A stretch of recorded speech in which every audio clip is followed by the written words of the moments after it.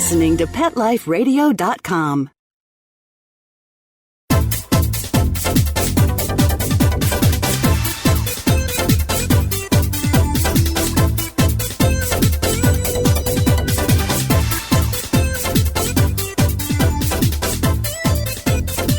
Hello! You're listening to Animal Party on Pet Life Radio with me, Deb Wolf.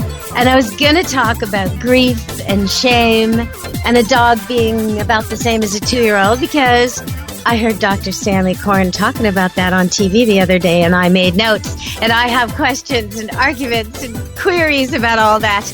But in the meantime, as we were waiting to come on air here at Animal Party Pet Life Radio, Dr. Stan Coren from UBC and author of Intelligence of Dogs and Many Other Dogs, he just started telling me all about color blindness in dogs and fascinating things. So we'll start with that. Welcome to the show, Dr. Coren. Glad to be here, Deb. So, yes, I was watching you on TV the other day having an argument out loud with you that you were not aware of. So I thought I'd give that to you later today. But in the meantime, what were you just saying about the similarities between humans and dogs and colorblind confusion? Yeah, there's some wonderful research which was done by a Dr. Knights at Southern California. And what he did is he taught dogs to pick out which of 3 colors, colored discs, was different. So there would be 2 of them would be the same and 1 of them would be different. And in this way, he could map out the color confusions that dogs have. And this is a hideous process. I mean, it takes the dogs about 2 months or so to get the task right. And then they literally have to send the dog through several thousand of these comparisons. And so the whole thing takes about 9 months. And so they've done now a half a dozen dogs. And they find that dogs do have color vision, but they have a form of color blindness, which is very similar to the 2 most common forms of color blindness in human beings. And in human beings, we call them protanopia and deuteranopia. And basically what they involve is people who can't tell the difference between red and green. And that's basically what dogs can't do. They can't separate the difference between red and green. So they see the entire world. If you were looking at a doggy spectrum, this is a great thing to talk about radio. Well, just look at these colors. But anyway, if you looked at what dogs see, they're seeing the whole world in blues and yellows and grays. And it's a particularly interesting thing because right now the most popular color for dog toys is either red or safety orange. And those colors the dog can't see. Well, it's not that they can't see it. It's just that they see it as the same color as grass. So you throw so it's easy for us to find. But you know what? The dog's using his nose anyway, isn't he? Well, sometimes a dog will get very sight-oriented. I mean, I had a flat-coated retriever, Odin, who was absolutely retrieving mad. And sometimes he would run right past the bumper over there. And it's not because he was stupid or obstinate. It's just because, that red bumper was, as far as he could tell, the same color as the grass. And so if he wasn't paying careful attention, he'd miss it. And I pointed this out. Wow, that's pretty extreme. I mean, I've had Goldens where I could take a stick and throw it in a pile of other sticks, indistinguishable in every way, and they'd pick out that stick that I happened to touch by scent. And you're telling me he's running right by the thing that smells like your hand? Dear. When he had a full head of steam, I mean, he thought he was a greyhound sometimes. But the interesting thing is I was talking about this at one point at a scientific conference, and somebody said, well, that can't be true because, the most popular color for toys is that bright red. And manufacturers wouldn't do that if dogs couldn't see it easily against the grass. And so I had to point out to him the reason they do that is because that red or safety orange is very easily seen by human beings, and it's the humans who are buying the toys, not the dogs. Yeah, that makes sense because you can't smell your toy. You need to find it in the park. The other day I was watching TV trying to stop thinking about dogs and dog training, and I happened on Judge Judy, and it was a case about a dog 2 dogs behind a fence that attacked another little dog that had poked its nose under. So then I switched channels and I was watching People's Court. And now it was about a dog that got out of a car and was running loose and caused a car accident. So I switched again, and I got to this show called Murdoch Mysteries, and it seemed to be about a murder, and then they closed in on the body, and it was a show dog that had been murdered. And so I switched the channel again, and I happened on William Shatner's Weird or What, I think it's called, and they start interviewing you about dogs. And that's what I want to talk about next when we come back from break. But, William Shatner is a cousin of mine. He's in my family. My mom's met him, and I can't get him to come on my show. But you were on his show, which makes me really want to get connected. How could you connect me to William Shatner? That's what I want to know. Well, I want you to know that, in fact, I never met the man. They arranged for me to be on the show, and then they, through clever editing, put him in it. So the entire thing was shot here in Vancouver, and he was wandering the world being William Shatner. I once did the weirdest radio pet interview I think I've ever done, and it was with Martha Stewart, and she wasn't there, but they'd scripted the questions and the answers, so they knew sort of what I was going to say, and so they played me her pre-recorded questions. So I'd say something amusing, and they'd play her laughing, and then and it was just completely strange. So I was on the radio with Martha Stewart, but not really. It's so strange what they can do. When David Suzuki was he still had Quirks and Quarks on CBC on the radio before he started on the TV and the nature of things. That's pretty much the way that he would do this. I mean, he would send out a researcher who would give the interview, and then David would shape the appropriate question to make him look very smart to elicit an answer, and then they'd edit in the answer. And it was somewhat annoying. People used to say to me, "What's she like?" And I don't know. I have no idea what she's like. But okay, so we're going to come back. We're going to go to a break. We're going to come back and talk about some of the things you said on that show. And I'll just give you a heads up bit so you can think about it during the break. You said that dogs are like 2-year-olds and that they have no shame, no grief, no pride, no suicide. So, all right, we're going to talk about that after the break. Stay tuned to Animal Party on Pet Life Radio with my guest, Dr. Stanley Coren, author of Intelligence of Dogs and many other books, and professor of psychology, and the guy who knows about such things. Like, does your dog experience shame or grief or pride? I bet you think it does, like I do. So stay tuned. We'll be back soon. Don't leave this party before it's over, because the best is yet to come. Only losers leave the party early anyway. Party on. Back in a few. This is Ed Lukasevic. And Cindy Lukasevic at Dinovite. This year, whenever you order a 90-day supply of Dinovite for your dog, we'll send you a free sample of one of the other doggy things we make. Like Liquid Chops, Super Mega Fish Oil, or Doggo Suds Shampoo. What's on your dog's wish list? We'll offer a different freebie each week at Dinovite.com. Don't you just love the sound of healthy, happy dogs? Dinovite is nutrition. Dinovite for life. DINOVITE.com. Hi, I'm Dana Humphrey, the founder of Whitegate PR. We have been specializing in PR and marketing in the pet industry for over 10 years. If you have a pet product or service you would like to promote, give us a call. We can help create awareness for your brand on TV, radio, magazines, newspapers, and blogs. Feel free to reach me directly at 619-414-9307 or learn more on our website at whitegatepr.com or follow us on Facebook.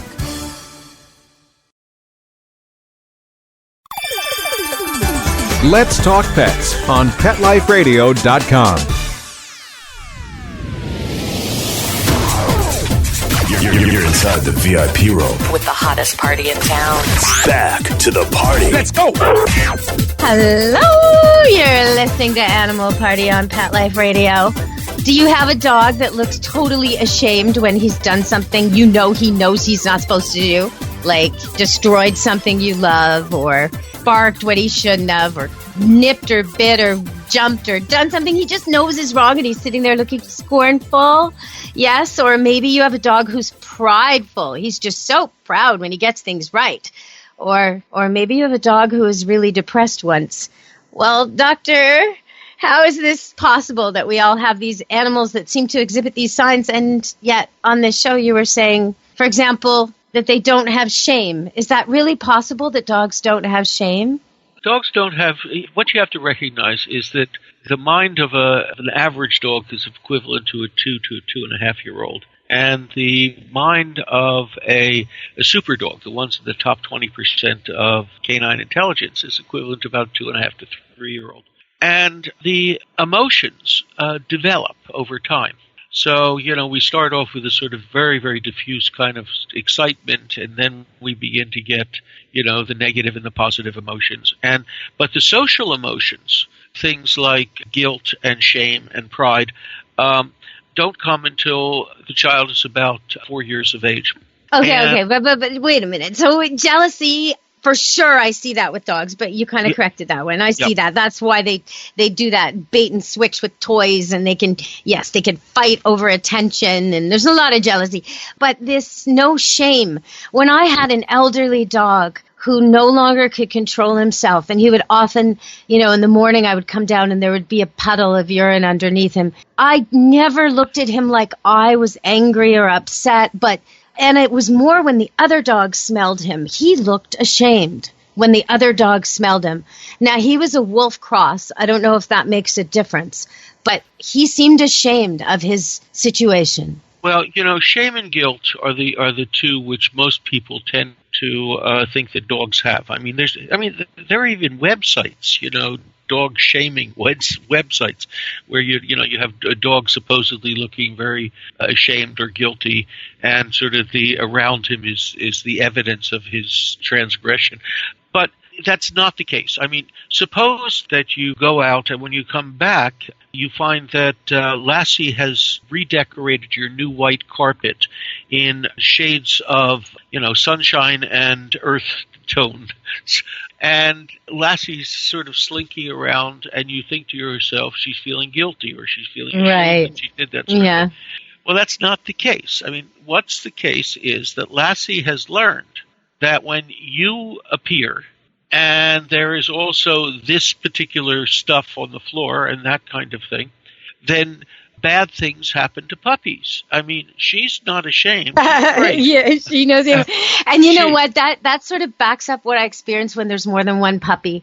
When a homeowner is saying, I come home and I know one of them did it, but I can't tell because Mitzi always looks guilty and Blue never looks guilty. And it's like, well, they just have different personalities. You can't tell just because Mitzi always looks guilty doesn't mean Mitzi always did it, right? Yep. Yeah. Well, by the way, there is a way that you can sort that out if you have multiple dogs.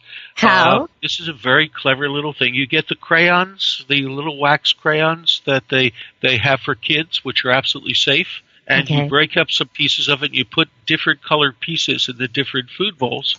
And at least if it's a number 2 that they're doing, you'll be able to tell which of the dogs did it by the color of the wax bits in it. Oh, that's clever. Oh, my goodness. That is a good one. Okay, I thought you were going to suggest cameras and things like this. No. You could also separate them when they're not there. And if they're puppies, they should be crate trained. But that's kind of off topic. We're still getting into the psychology of grief, shame. What about pride, though? When you see those super dogs nail their tricks, or the seeing eye dog steers his blind owner out of the path of traffic, and the dog is just, his chest is out and he's beaming, and maybe nobody's even paying attention to him, but he is so proud of his job well done. I caught that frisbee. I nailed that duck. I saved that lady. You know what I mean? Well, that's pride, isn't it? Well, we interpret it as pride, okay? It's really the dog is expecting a reward. That's what you get. You're getting that sort of excitement, which sort of look, let me give you just an example. Let's flip back to this guilt and shame thing, okay? For 150 years, I had a national TV show in Canada. And so for one of those shows, we had a person who had this absolutely lovely, smooth collie, and she was continually in the garbage. And the owner was absolutely certain that, she was showing guilt because of the fact that, garbage, yes, garbage all over the floor. Right. Bad girl. So when he would come into the house and she started slinking around, he figured, oh, yeah, she's been in the garbage again. And I said, no, that's not guilt. And I said, I can prove it to you, okay? So what I did was the following, okay? I chased the owner out of the house, and I took the dog, and I forget the dog's name. The dog's name was Lacey, sorry. So I took Lacey into the kitchen and put her in a sit-stay, and then I took the garbage and scattered it all over the kitchen. So she knew that I had done this, right? Yeah. Anyway, then we walked back into the living room, and we called the owner back in, and she started slinking around. Now, I mean, she should have no guilt because she didn't do it, right? I get it. So she was worried about the upcoming punishment. Well, it's very often the same case for the positive emotions. I mean, the things which we call pride, those things are based on the fact that the dog knows when they complete a task, they usually get a nice reward in the form of either food or social interaction or play or whatever else. So what you can very often see, especially if it's a multiple part task, and I think that you have probably seen this sort of thing, which is the dog starts off the task in a very workmanlike manner, and then as they're getting close to the end, they act more and more excited, and you're probably interpreting that as pride. I'm almost there and now I finished it. But really what's happening is they're coming closer and closer to the reward. Okay, but the difference, to me it's nuanced. The difference between a human feeling great when they actually hit that basket, get that golf ball in the hole, whatever it is they're working on, shoot that bird out of the sky, is the same pride in work well done the dog gets from nailing that bird and bringing it back. What's the difference? I don't see the difference. Well, the difference is that now I don't want to get super technical on this or anything, but it's like the difference between guilt and shame, okay? Guilt is something where you know that you have done something wrong. And shame is where you feel that other people will feel that you have done something wrong. Well, pride is where you feel that other people are going to think that you did well, okay?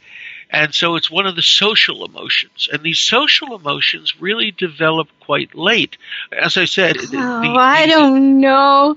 I'm looking at the blue heeler, the border collie, okay? And he's just done something for me. And he can smell I don't have a treat on me. I don't. It's not about food. And he does it perfectly, maybe after struggling to get it. And he'll even go back and do it himself without me asking him to, because he went over a jump and he ticked it and the pole fell down. And so I reset it. And then he's just working at it. And then he's just so proud. I don't know. It's so similar to a child. The reason why dogs will continue to work on these things, even if there's not an immediate treat coming, is something which psychologists call functional autonomy. And that's just a technical way of saying that doing the task itself becomes rewarding. So, for example, I spent my life as a university professor, okay, and I wrote, and I continually wrote articles and that sort of thing. And I suppose that back in the early days, I was doing it because, you were rewarded each time you published an article or a book or that sort of thing.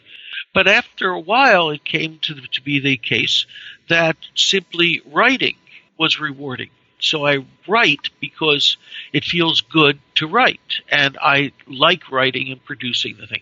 And this is a very typical kind of a thing. You have a guy who has been a carpenter all of his life, and then he retires, and what does he take up as a hobby? Cabinet making, Yeah, I understand. Okay, I understand. So that's what happens with the dogs. If they do a task, and they're heavily rewarded early on, and they do it for long enough, then in fact doing the task becomes rewarding. And that's the reason why the dog will go on, even when there's no reward, which is immediately visible. It's a wonderful thing when that happens. You can see a dog, for example. My dogs get like this. Every dog I work with eventually gets like this because they get the joy of it, of just feeling of succeeding. And I always thought that was pride. That was pride in work well done. No, not long. Oh, she's going to give me a treat later. No, because I might not. It's anticipating the reward. But as I said, the neat thing about functional autonomy is that doing the task becomes the reward. Right. Okay. And that's what I see. They love to work. They work to, But okay. So how is that different from a human? I'm still not getting that we're just so elevated from that. That's not pride. That's simply contentment or happiness. In other words, I'm doing this because I like it. Pride. Okay. So what about the dog who leaps into the water with a bunch of other dogs and they're all going for the same ball, stick, whatever that you've thrown? The one that gets it. Isn't he proud he got it? Instead of everybody. No, he's not proud because proud means that the other dogs are basically all going to think better of him. They are.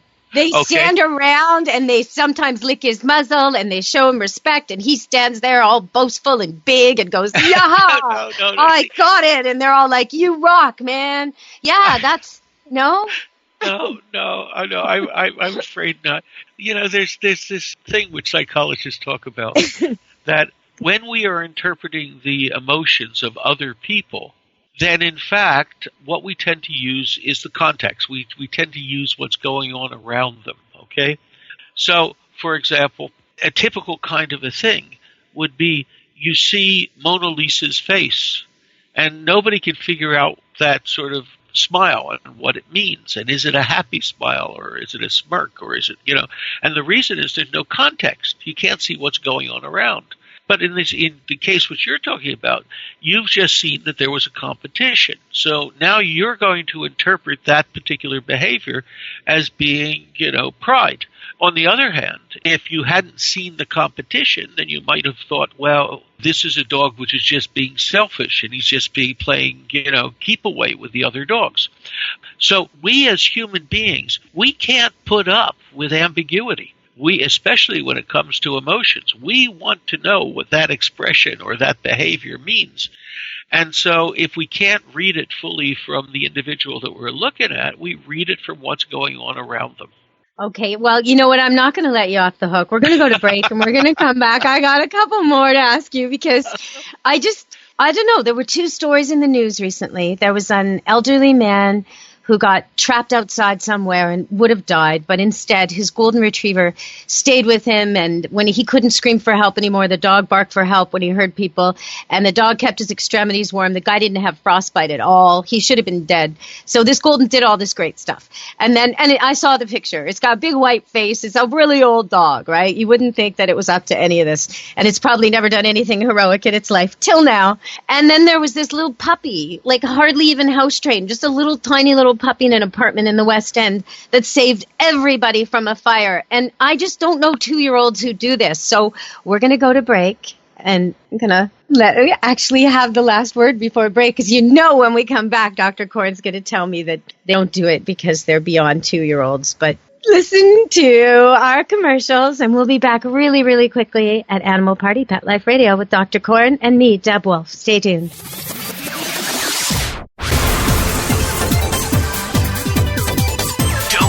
Because the best is yet to come. Stick around. It's designerpetsweaters.com. Hand-knitted designer sweaters for your precious pup or cool cat. Beautiful couture patterns for your pets, including custom-knitted formal wear, casual wear, yachting, and even sports-themed. Many designer pet sweaters include feathered tammy hats, top hats, and a lot of sparkle. Each sweater includes leg loops, front paw sleeves, and leash opening. Visit designerpetsweaters.com to order your four-legged fashions today. Large or small, we fit them all. designerpetsweaters.com. Begging to hear more of your favorite show? Full episodes of all our shows are available on demand. Go to PetLifeRadio.com to fetch our entire lineup of Possum Pet podcasts. Also, dig us up in iHeartRadio and iTunes. Let's Talk Pets.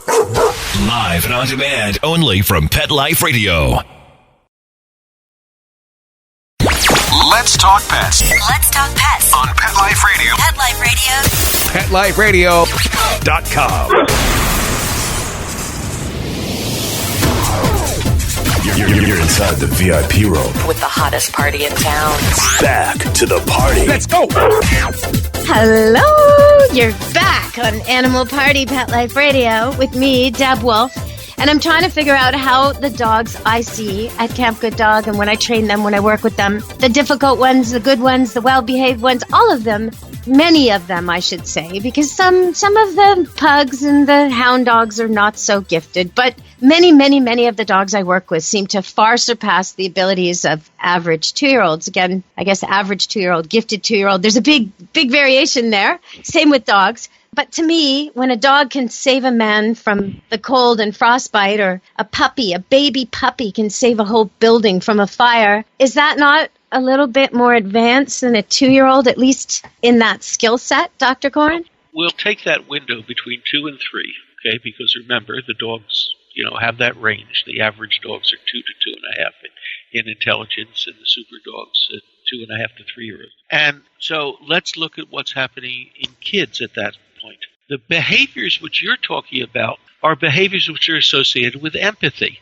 And empathy is simply the ability to see what the emotions are in another individual and to respond to them. And the beauty of it is, I hate that these things keep wandering off into technical words, but anyway, and helping somebody without expecting a reward is what we call altruism. Now, empathy and altruism actually start to appear in that 2 to 3-year-old range. That's where, for example, you've had kids, Deb, so you know that at some point get there. At some point in time, their brother or sister, falls down and hurts themselves, and the child, who might only be 2.5 years of age, will run over to try to help. Okay? So that's the behavior which we see in kids. Now, dogs have that same range of mental abilities, but they also are extremely athletic. And so, they can do a lot of things and look much more graceful and look much more purposeful than a 2 to a 3-year-old. So what you get in these cases when a dog tries to help another dog or a person is its empathy. And it's the same kind of thing which we're seeing in the 2 to 3-year-olds. Now, because of their mental level, they sometimes can't figure out, the most efficient way to do this sort of thing.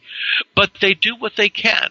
And we've now learned that there's a very typical way that dogs try to get help. And what they do is they will run up, they will leave the individual, let's say, who is hurting, and they'll run up to the next individual they'll find, and they'll bark at them. And then they'll look in the direction that the problem is. And then they'll bark again, and then they'll start to move in that direction and continue to look back to see whether the person is following.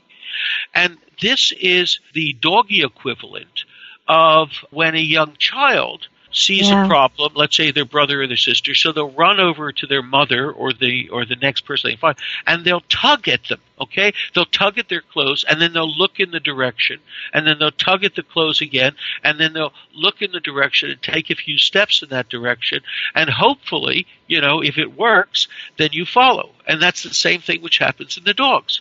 And so an awful lot... How does the puppy know the smoke is a problem? A baby wouldn't know. A kid wouldn't know, I don't think. Maybe a 3-year-old, but maybe. But in the case of it's not a grown dog, right? It's a puppy. How does this, equivalent to a 6-month-old baby, I suppose? How does, what is a 6-month-old puppy equivalent to? A 6-month-old puppy is probably equivalent to a kid about a year and a half of age in terms of intellect. So how'd that puppy know smoke? Wake everybody, there's a problem. Okay, again, this is part of that pattern which I was talking about. So the dog recognizes that there's something wrong. And so how does such a young animal recognize something is wrong if it's so limited, as you say? Like, to me, that shows... Something wrong can just be something unexpected. Let me give you an example. There was an experiment which was run, an experimental study which was recently published, which wanted to see whether they could bring out these kinds of behaviors which I'm telling you about, where a dog will run over to its caretaker and sort of, try to point out that there's something wrong. Well, you know what the stimulus was which they used for this particular task? What? It was just one of those oscillating fans, and then they took and they put some little plastic streamers on it. So it oscillates back scary and forth. Stuff.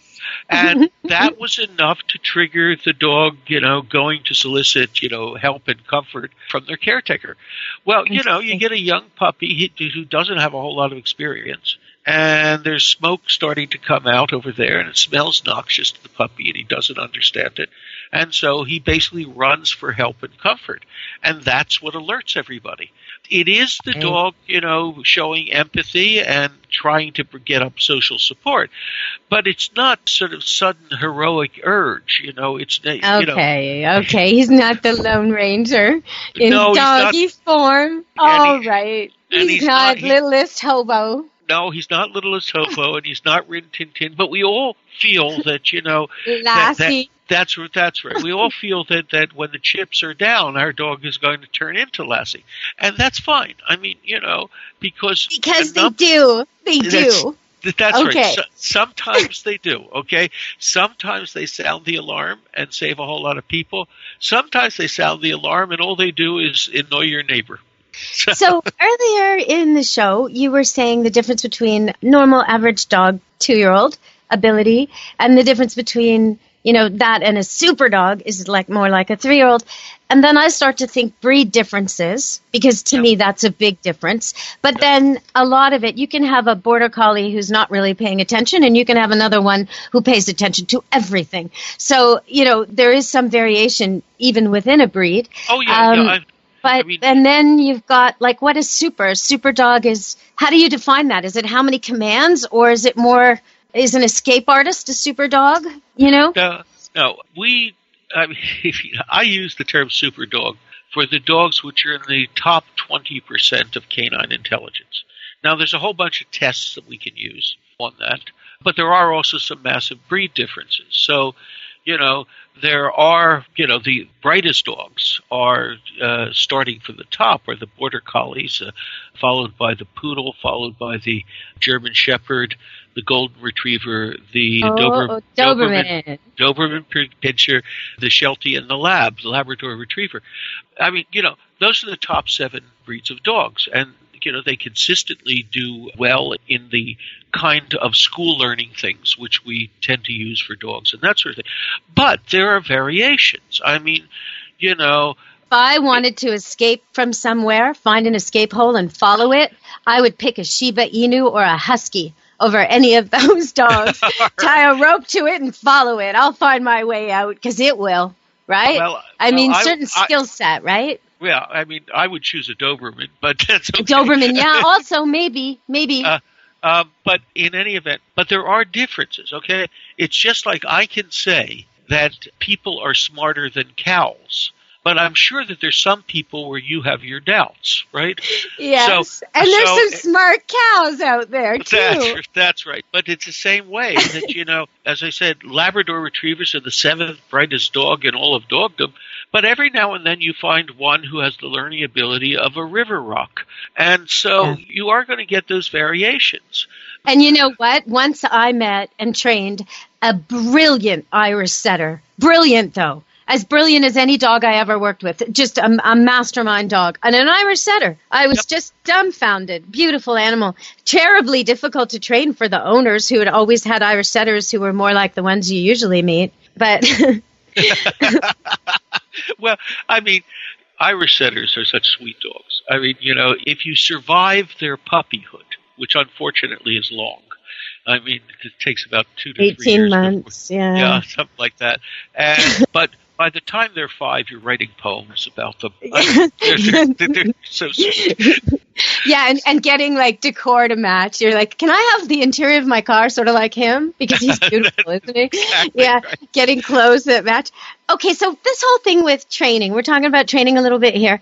Why is it? Because I know this somewhat, but I don't understand why. Why is it that, okay, so when I work with people, oftentimes when they're working with a dog, they're giving it treats constantly. It's just like treats grow everywhere and they're just part of life, and the dog doesn't get what it's earning. So I right away take it back, and I don't want them to give a cookie every time the dog does something right. I want them to give a cookie like I would give a sticker to a kid, when the dog's exceptional or it's just made a leap. It went from not doing something to doing it, or doing it poorly to doing it very well, or paying attention, or some big leap. So sparingly. So that's the whole Pavlov thing, right? Where if you give a dog a reward every single time, it doesn't work as well as occasionally. But why? Because, like, why? That seems counterintuitive to me. If I can count on someone to reward me every time, won't I work harder for that person? I don't understand why that is. No, the whole idea here, B.F. Skinner, did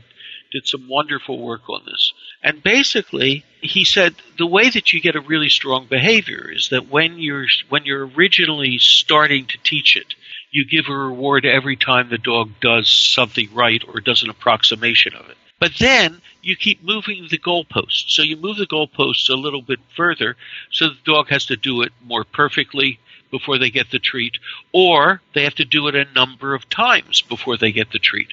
Well, the dogs soon learn that. The more times that I do this right, then the more likely it is that I'm going to get a treat. So they work harder. They do the behaviors more frequently. But it's also the case that if you're rewarding the dog every single time, and then you skip a reward twice, let's say, then the dog figures, oh, well, the faucet has been turned off. I'm going to stop doing this. So the behavior goes away. Whereas if the dog doesn't know whether he's going to get a treat this time or not get a treat, he'll keep working because he figures, well, I just haven't done it enough times, or I haven't done it as perfectly as I should. So that's why the behavior is stronger with these sort of intermittent or rewards, or these what is technically called a partial reinforcement. Is it true for people too? Oh, yes. Oh, it's definitely true for people. I mean, you have to start doing that when you're rearing kids. I mean, you reward them every single time that they, go to the potty, using the toilet, and then you space it out a little bit, and after a while, true. They're doing it all the time. So, but what about adults, like in a work environment? If your boss notices every good thing you do and rewards you, wouldn't you work harder? No, because you're going to get the reward all the time. But if the boss, now and then says, you're doing a really good job, well, you're going to keep working at it, even though you're not getting rewarded every single time. Because you think if you do a bit more and do a little better, that in fact you're going to get that reward. And that's the whole trick. The whole trick here is you want to keep the animal so that the animal is still striving. But you also want to give them what I call partial rewards. Okay? And a partial reward for a human being can just be a smile and a nod, and, or if it's a spouse, you just walk over and give a little peck on their cheek and, and just wander off, that kind of thing. And in a dog, since they're such social animals, the fact that you pay attention to them is sometimes reward enough. So that's the game. The game is that you have to phase out the rewards. The rewards have to still come, but, they just don't come every time. And I think of it as moving the goalposts. So, this time if you take a couple of steps toward the goal line, you get a reward, but now you have to run all the way halfway down the field. When we were talking about super dogs and regular dogs, so we kind of outlined some of the breeds that might, have, I guess, the anatomy, the mental capacity to become a super dog. But then, it's got to be nature nurture too, right? If that dog was kept in a backyard on a chain and never learned anything, would it still be a super dog? Or no. Yeah, okay. No, it's sort of like Mozart, okay? We all think of Mozart as this brilliant genius, okay? And he probably was. He came from a musical family where his father was a composer and a performer and that sort of thing. But it's also the case that his father worked him at music from the time he was 2 years of age. And so, he was practicing and writing and playing and composing. He composed his first piece of music when he was 7 years of age. So, yes, you have to have the neurology. You have to have the built-in brain parts and that sort of thing. But that's your potential. Whether or not you can reach that potential depends upon the environment, depends upon how you're reared and that sort of thing. So, and then is it command-based? Like, would you say, for example, without testing them, just knowing what they're able to do, would you say police dogs and seeing eye dogs would be super dogs or not necessarily? Well, not necessarily? Not necessarily at all. Okay. I have seen. It depends on the specific work that the dogs have to do. Now, there's a tendency that we pick dogs which are going to do the work best. And that involves two things. It involves not just the intelligence, but it also involves the temperament of the dog. So the dog has to have this temperament to be willing to do the job and to stay focused on the job for the rewards. So, for example, the second brightest dog in all of dogdom is the poodle. And we're talking about the miniature and the standard poodle. Of course you are, because you're talking to me, breeder of standard poodles. Thank you very much. Yes, yes. But we're not but they are smart, and they're very, they can figure out stuff independently, open latches, get out of things. They're very clever. That's right, but you'll never see a poodle as a seeing eye dog because they don't have the temperament for it. So, for example, Wally Conron, who is credited with producing the Labradoodle, actually produced that crossbreed because he was working for the Guide Dogs for the Blind as a breeder trainer in Australia. And they had a person who needed a guide dog, but her husband was very, very allergic. So he thought, well, I'll just train a poodle. They're good, smart dogs to be a guide dog. He tried 30 different dogs before he finally gave up and took the cross between the lab and the poodle and found one which was hypoallergenic. And it's not that the dog was not smart. It was that the dog didn't have the temperament for it. And that you know what, though? I've trained dogs, standard poodles, to work. One man walked with crutches and had severe Parkinson's symptoms. And I trained the dog to work with him. Another rheumatoid arthritis and similar situation, a woman. And in both cases, you train a poodle differently is really the thing. It's not that they won't do the work. No, it's not that they won't do the work, but as I said, they don't have the temperament for certain tasks. The ones which you're talking about are good because the dog simply has to focus on the person. But to be a guide dog, the dog has to focus on what's going on around them. And what happens with the poodle is partially because they're so bright, is they see something going on. Oh, that's rather interesting. Absolutely. Okay.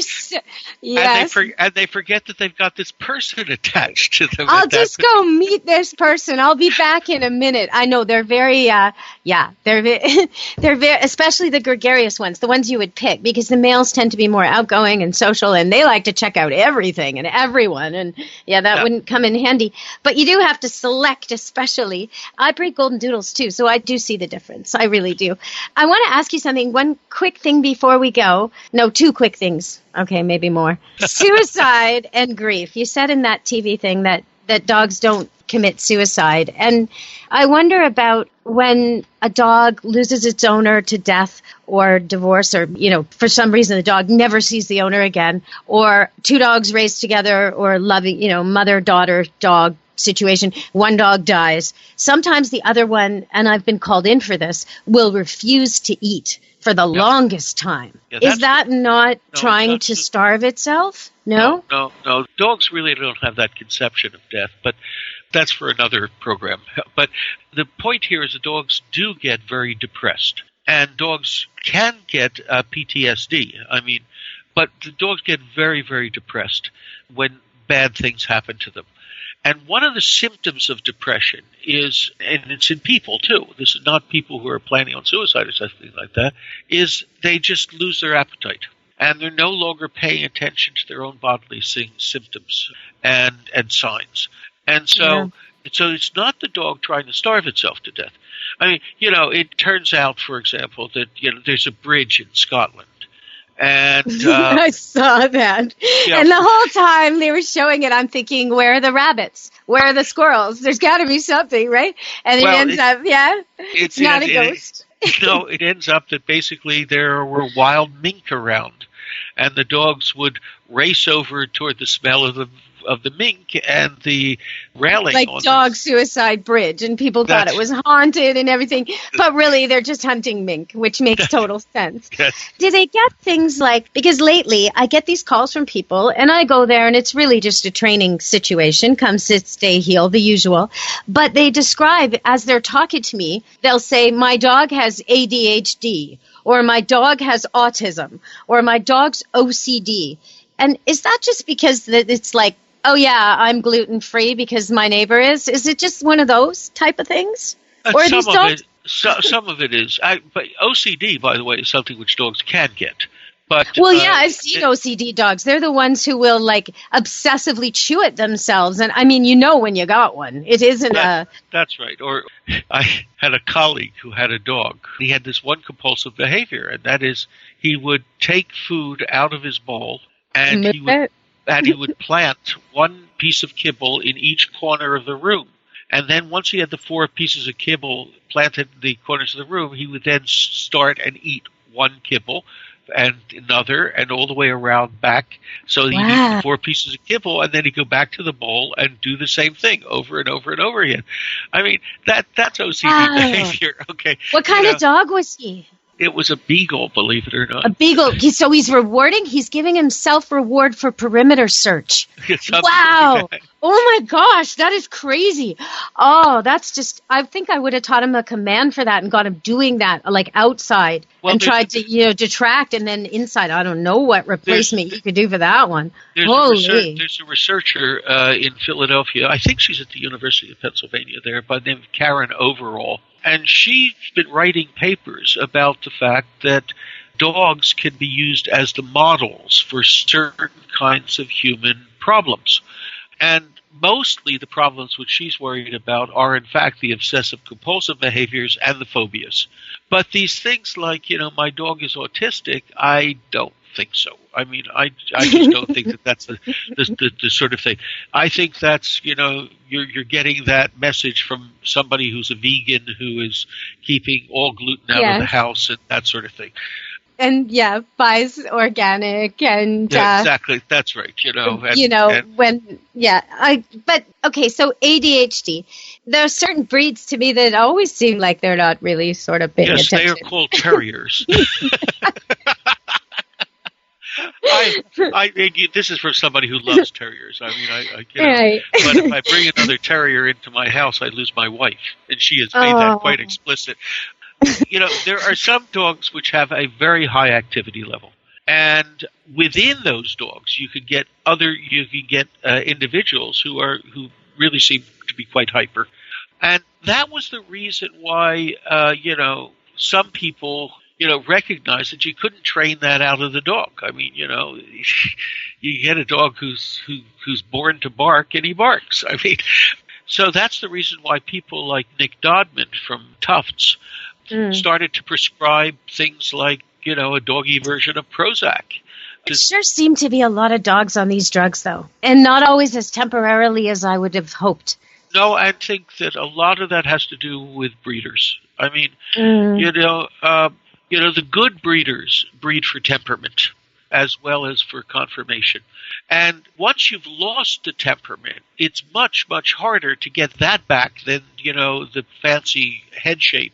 And that's it's genetics. It's the father's genes, but it's also the mother, because she's not only contributing her genes, she's teaching the pups at a very early age what to fear, what to trust, how to behave very early. Yeah. So it's so key. Yeah, and there's actually some very, very nice studies which show how the mother's behavior can influence the puppy's behavior for life. But, the problem there usually is that the mother was not well bred. So, a poorly bred mother is, in fact, not going to be a good mother to puppies. So, well, you know what? We are straying off the topics we covered today and in the nick of time because we're out of show time. But I would love to have you back and talk about all these types of things. I've got more on my list we never covered. So maybe in a month or two, you'll come back and join me. By then, you'll probably have another book to talk about, I'm guessing. Right? Oh, the next book probably won't be out until the end of the year.